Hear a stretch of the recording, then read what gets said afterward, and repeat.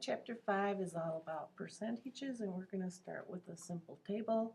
A simple table should help you manipulate fractions and percentages. So here we go.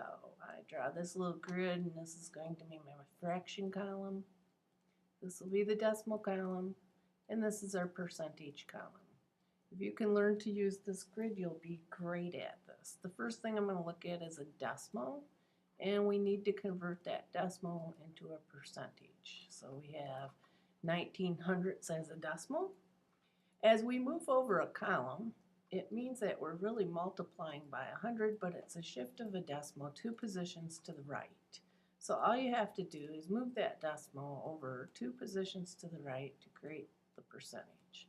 In this case, there's one shift, the second shift, which creates that. So if you remember that 100 has 2 zeros in it, you'll remember this concept. The next idea is if we're over here in the percentage column, we can change percentage into a decimal pretty quickly by following the standard rule also.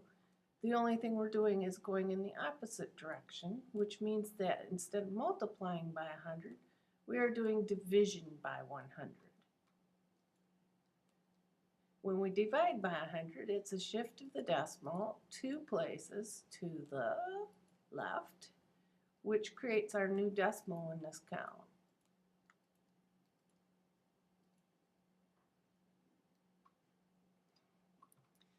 So the next step is, can we interpret fractions into decimals and then into percentages?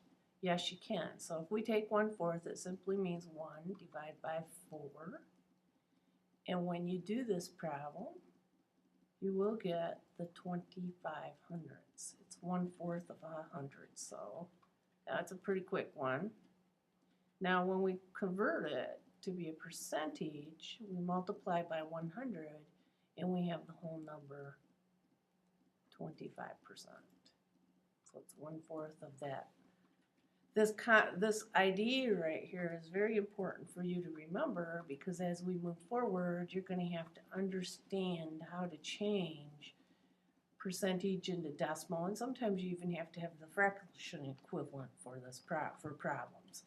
One other idea that you need to be aware of is there's a rule that says any number over 100 is that number as a percent. So it is that number on top as a percent. So if I have 19 and a half over 100, it means that it is 19.5%. We do not usually write a half in the fraction form. We usually would say it's 19 5/10%. So just remember, this is the exception to the rule when it comes to here. You have to make sure, in this case, let's look at one. Let's look at 32 and 1/3%. I cannot move into this column until all of this meets the right criteria.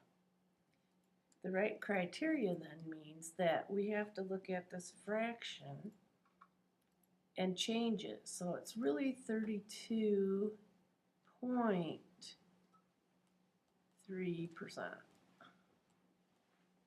Because 1/3 in its decimal equivalent is really 1 divided by 3. And when we do this, we're going to get the repeating decimal of 3, 3, and the 3 keeps going. Okay? So the whole idea is we have to remember this. Now, any whole number over 100 will be that percentage. It will also change in this column. So here we go. This one here changes to 0.323. And they didn't say how far we needed to take it in the decimal form, but sometimes they want you to take it to the 10,000ths place. So I would have had to take it to here. 4 zeros and 10,000, so there's 4 positions when I read this decimal. That was a lesson back when. Okay, let's move forward from that concept now. And the real nuts and bolts of this concept here is really going to be the next idea.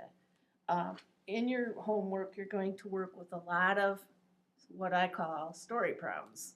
So you dread story problems, I realize that. So what is 3% of 56? Now, when I taught in the elementary, junior high, and senior high, I always taught students to look at this as a formula of is over of, so that they use the language equals the percentage over 100. The only caution here that I would give you is that this here works great all the time, but this has to be a whole number on top. Otherwise, the denominator changes to something else.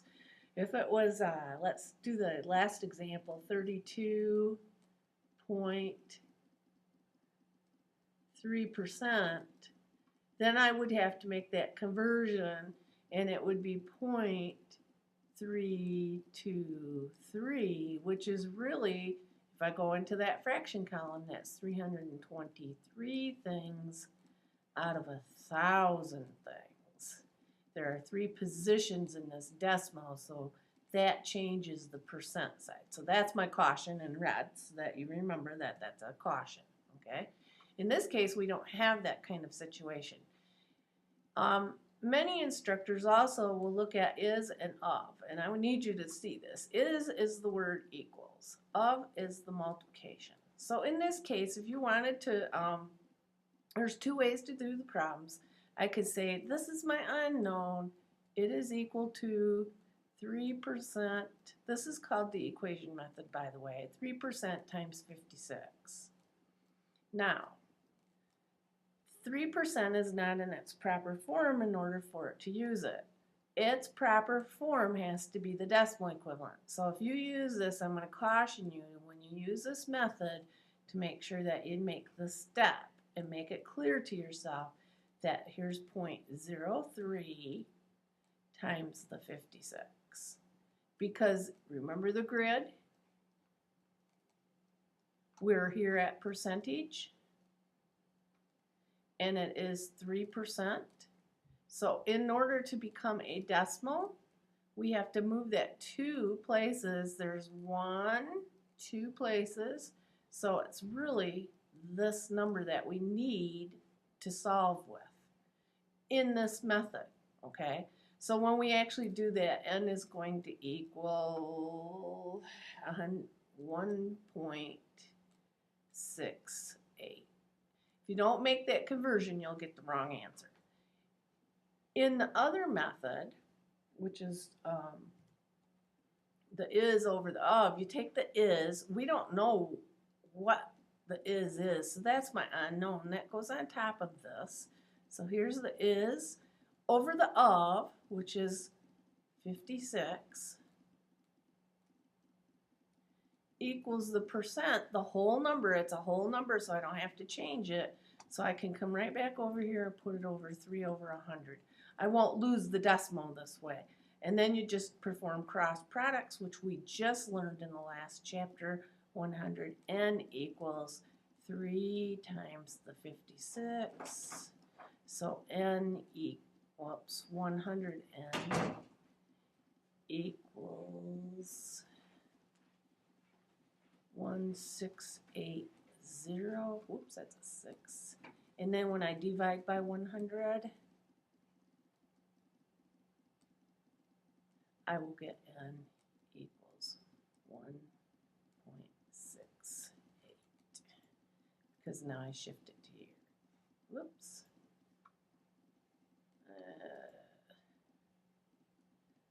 So that's that problem.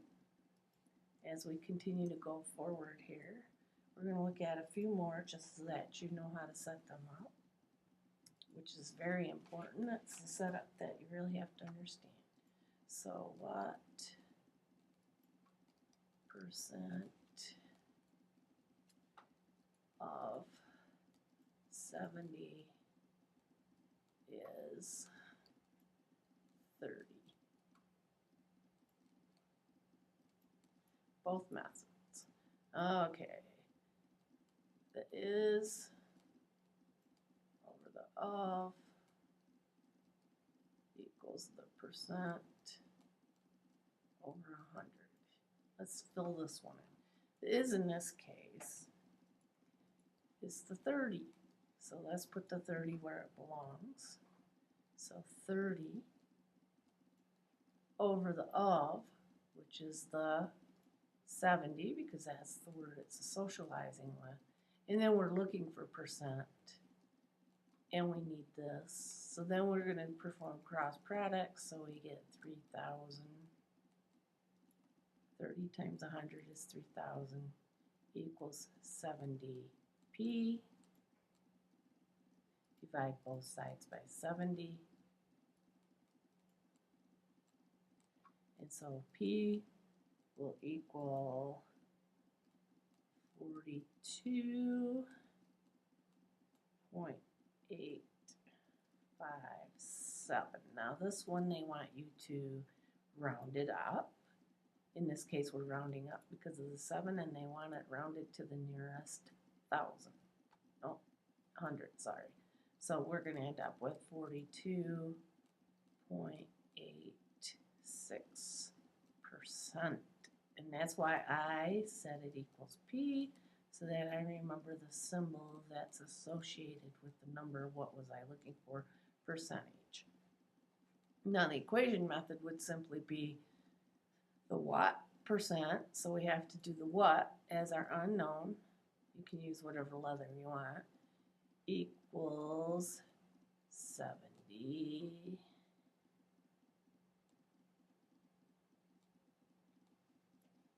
Oh, excuse me.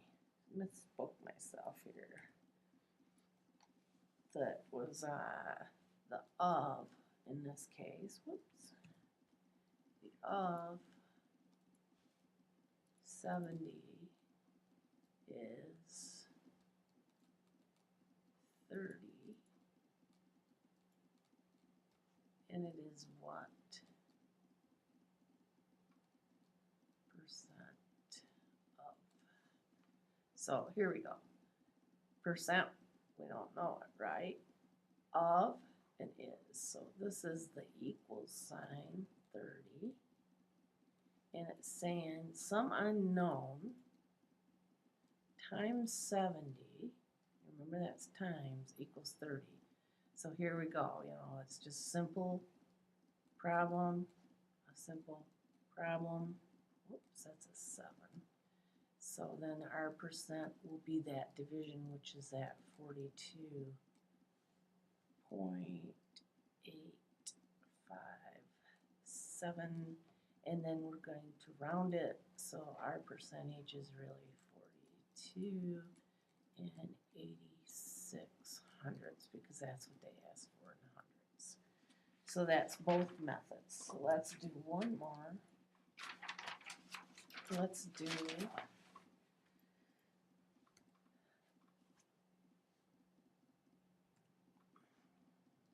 what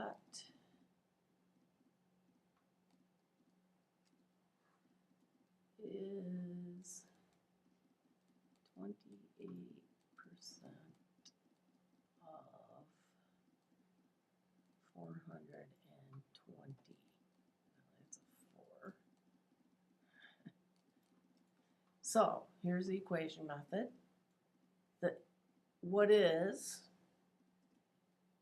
this piece?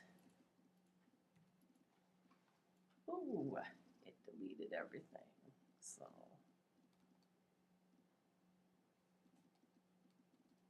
is 28% of 420. That was our question. Now let's go back and see if we can. This portion, the what is my unknown. So any letter works for that. And the is the unknown, but what is this? is equal, the y is the n.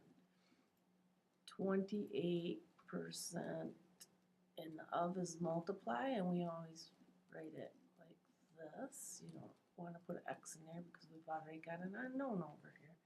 So the next step is to write this over. Remember the caution when we use this, it's in its wrong form. This is the wrong form. So we have to put it into the decimal equivalent. And it's still a multiplication problem. Now all we have to do is do the math. And when we multiply this, we'll get 117 and 6/10. And that was the number we were looking for. So that chapter 5 is pretty quick, pretty easy to understand. Hope you have fun with it.